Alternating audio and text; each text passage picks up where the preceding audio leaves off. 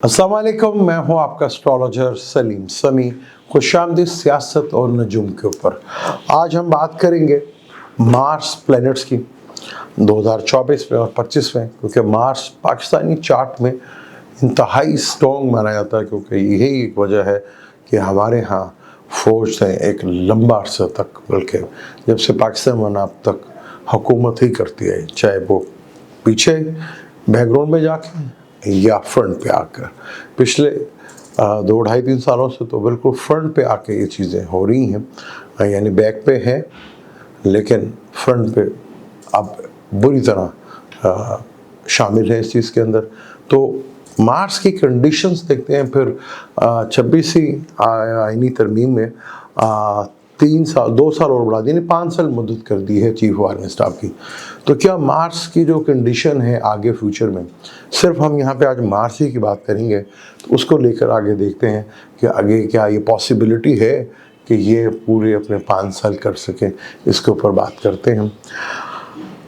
22 से 21 अक्टूबर को मार्स जो है वो आया था 24 अक्टूबर को 24 में कैंसर में, जहाँ इसको नीच होता है, यानी कि जवाल का होता है। जब हल्फ लिया था जनरल आसिम मुनीर ने, तो ये एग्जॉल्टेड का था, पर रेट्रोगेड था। आज भी ये रेट्रोगेड है और यहाँ पे ये लंबे अरसे तक रहेगा। 21 जनवरी 2025 तक ये कैंसर में रहेगा, फिर ये वापस बैक जमनाई में चला जाएगा। मार्स एक एग्रेशन है, एक एक्शन है, एक फिजिकली मूवमेंट्स है, लड़ाई है, झगड़ा है, फसादात हैं, जंग है, उससे रिलेटेड है। जमनाई में चला जाएगा, जो कि फलक का तीसरा घर बनता है, जो कि कम्युनिकेशंस का, स्किल का घर है। यहाँ मार्स बहुत स्ट्रॉन्ग माना जाता है। पर जब ये रेट्रोगेड होगा तो पिछले घर का असर देगा, यानी कैंसर में बैठा होगा तो जमनाई का देगा, तो जमनाई में बैठा होगा तो ये टॉरस का असर देगा। फिर ये 3 अप्रैल 2025 तक वापस ये कैंसर में आएगा, फिर ये 7 जून तक वहीं रहेगा, यानी बड़ा लंबा ड्यूरेशन है इसका। वहीं पर सैटर्न ने भी हाउस मार्च में कर जाना है। फिर सैटर्न मार्स राहु का ट्राइंग होगी, सैटर्न और राहु का कंजक्शन होगा और मार्स के साथ जो है वो ट्राइंग होगी। ये बहुत ही मुश्किल तरीन दौर होगा दुनिया के लिए। दुनिया भूल जाएगी कोरोना आया था, दुनिया भूल जाएगी कोई जंग शुरू हुई थी। बहुत ही डिजास्टर वाला ये टाइम होगा।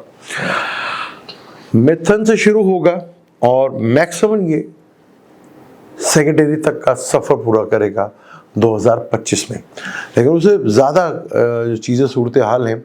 फिर मार्स जो है रेट्रोगेड है 7 दिसंबर से लेकर, यानी कि इसी साल को ये 7 दिसंबर को रेट्रोगेड होगा और ये 24 फरवरी तक जो है ये रेट्रोगेड रहेगा। आगे उससे ज़्यादा जो चीज़ जो प्रॉब्लमेटिक है, मार्स कंबस्ट भी हो जाएगा। किसी भी प्लेनेट का कंबस्ट होना बहुत ही बुरा माना जाता है, काफ़ी तकलीफ दे होता है। कोई प्लेनेट की ताकत सारी ख़त्म हुई होती है और वो उल्टा जो अच्छा असर देने के बजाय वो बुरा असर करना शुरू कर देता है। तो मार्स का कंबस्ट होना भी 22 अक्टूबर 2025 को ये कंबस्ट होगा और ये 15 मई को ये तुलू होगा, यानी 205 दिन ये कंबस्ट रहेगा। और जनरल आसिम मुनीर की जो टर्नओवर है वो 23 नवंबर के महीने में का टर्नओवर पूरा हो रहा है।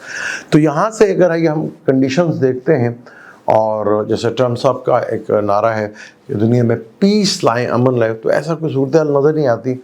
और ख़ास तौर पर पाकिस्तान के लिए तो कुछ चीज़ें बहुत ही ज़्यादा मुश्किल जो है वो नज़र आती हैं कि जनरल आसिम मुनीर साहब जो हैं वो पूरे अपने 5 साल जो उनको दिए गए हैं 2 साल वो मुश्किल ही गुजार सकें, क्योंकि यहाँ पे जो सूरत हाल है उसने अस्त होना है और वो अस्त होगा वो काफ़ी बड़ा जो है ये प्रॉब्लमेटिक सूरत हाल है। क्योंकि राहु ने 18 मई 2025 को ये आ जाएंगे। अपना राहु जो है वो एक्वेरियस में आएगा, केतु जो है वो ल्यू में आ जाए, जो कि पाकिस्तान का 5वां और 11वां घर बनता है।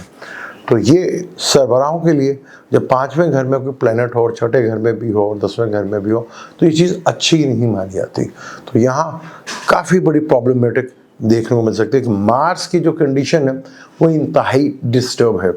मैं रोज़ ही इसी तरह बाकी प्लैनेट्स की भी कंडीशन जो है डिस्कस करता रहूँगा आपसे, लेकिन मार्स की यहाँ पे ये कंडीशन बहुत ही इम्पॉर्टेंट है। यहाँ जनरल आसिम मुनीर के 2 साल है कि वो पूरे हो पाएंगे, क्या पाकिस्तान में मौजूदा हुकूमत अपना टाइम पूरा कर पाएगी, या क्या अनारकी इस तरह की होगी जो शदीद टाइम जो है डिस्टर्ब हो सकता है और एक प्रॉब्लमेटिक चीज़ें हो सकती हैं। ये बहुत मुश्किल तरीन सूरत हाल बनती हुई नज़र आएगी। यहाँ चीज़ों को मैनेज करना 12 ज़ोडिक पर इसके भरपूर लेवल के असरात नज़र आएंगे। तो यहाँ पर मार्स का इस तरह आना और लंबे अरसे तक के लिए कम्बस्ट हो जाना दुनिया के लिए, पाकिस्तान के लिए कोई ज़्यादा अच्छी बात नहीं है। आप ज़्यादातर देखेंगे कि सिक्योरिटी फोर्सेस जो इदारे हैं, चाहे फ़ौज है या आर्मी है, डॉक्टर्स हैं, उनके स्कैंडल्स बाहर आएंगे, उनकी प्रॉब्लम्स उनकी बढ़ेगी, जान के हमले बहुत ज़्यादा बढ़ेंगे। ये चीज़ें जो हैं वो बहुत ज़्यादा देखने को मिलेगी। मुझे दें इजाज़त, इंशाअल्लाह ताला नेक्स्ट अगले टॉपिक पे या सैटर्न और राहु केतु के ऊपर बात करेंगे। मुझे दें यहाँ पर इजाज़त, लेकिन जाने से पहले चैनल को सब्सक्राइब कर लीजिएगा, बेल के बटन को ज़रूर दबाइएगा। अल्लाह हाफ़िज़।